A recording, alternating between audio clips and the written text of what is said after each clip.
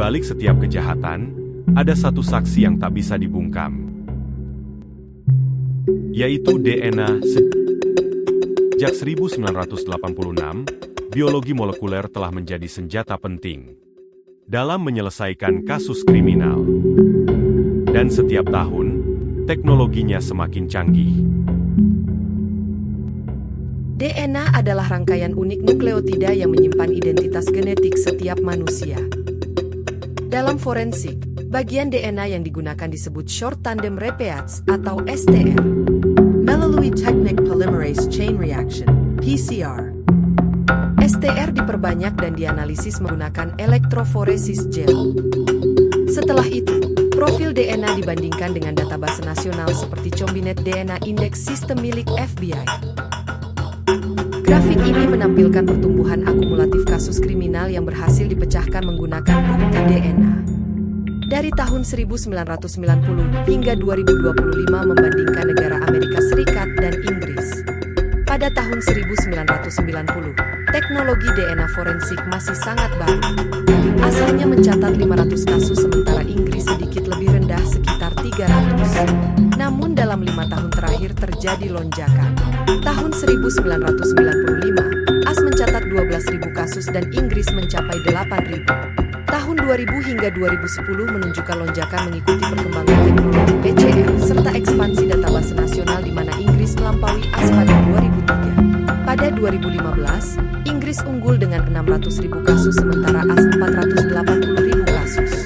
Pada 2022, Inggris mencatat lebih dari 776.000 pencocokan DNA dalam database forensik mereka sedangkan AS sedikit tertinggal di angka 670.000. Akhirnya pada 2025, AS mencapai 732.000 kasus, masih berada di bawah Inggris yang diperkirakan menembus angka 850.000 kasus terpecahkan. Dari grafik ini, kita bisa melihat bagaimana strategi pengumpulan DNA di Inggris pengumpulan numerik, namun AS menunjukkan akselerasi dalam 1 dekade terakhir. Diagram ini menunjukkan distribusi persentase kasus kriminal yang berhasil dipecahkan menggunakan DNA forensik pada 2025 antara Amerika Serikat dan Inggris. Tahun ini Inggris memegang porsi terbesar sekitar 53,7% dari total kasus tercatat. Amerika Serikat tetap menunjukkan kontribusi besar dengan 46,3% kasus. Keunggulan Inggris mencerminkan strategi yang lebih agresif dalam pengumpulan dan penggunaan DNA sejak awal 2000-an.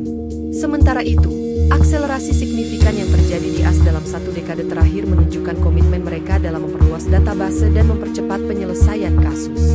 Data ini menjadi bukti bahwa database DNA merupakan senjata penting dalam menegakkan keadilan dan memberi suara bagi korban kejahatan. Kasus Golden State Killer adalah contoh nyata.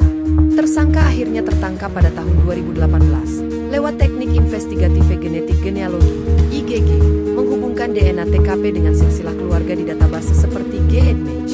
Teknologi baru seperti Next Generation Sequencing juga memungkinkan analisis DNA rusak atau lama, bahkan dari tahun 1970-an.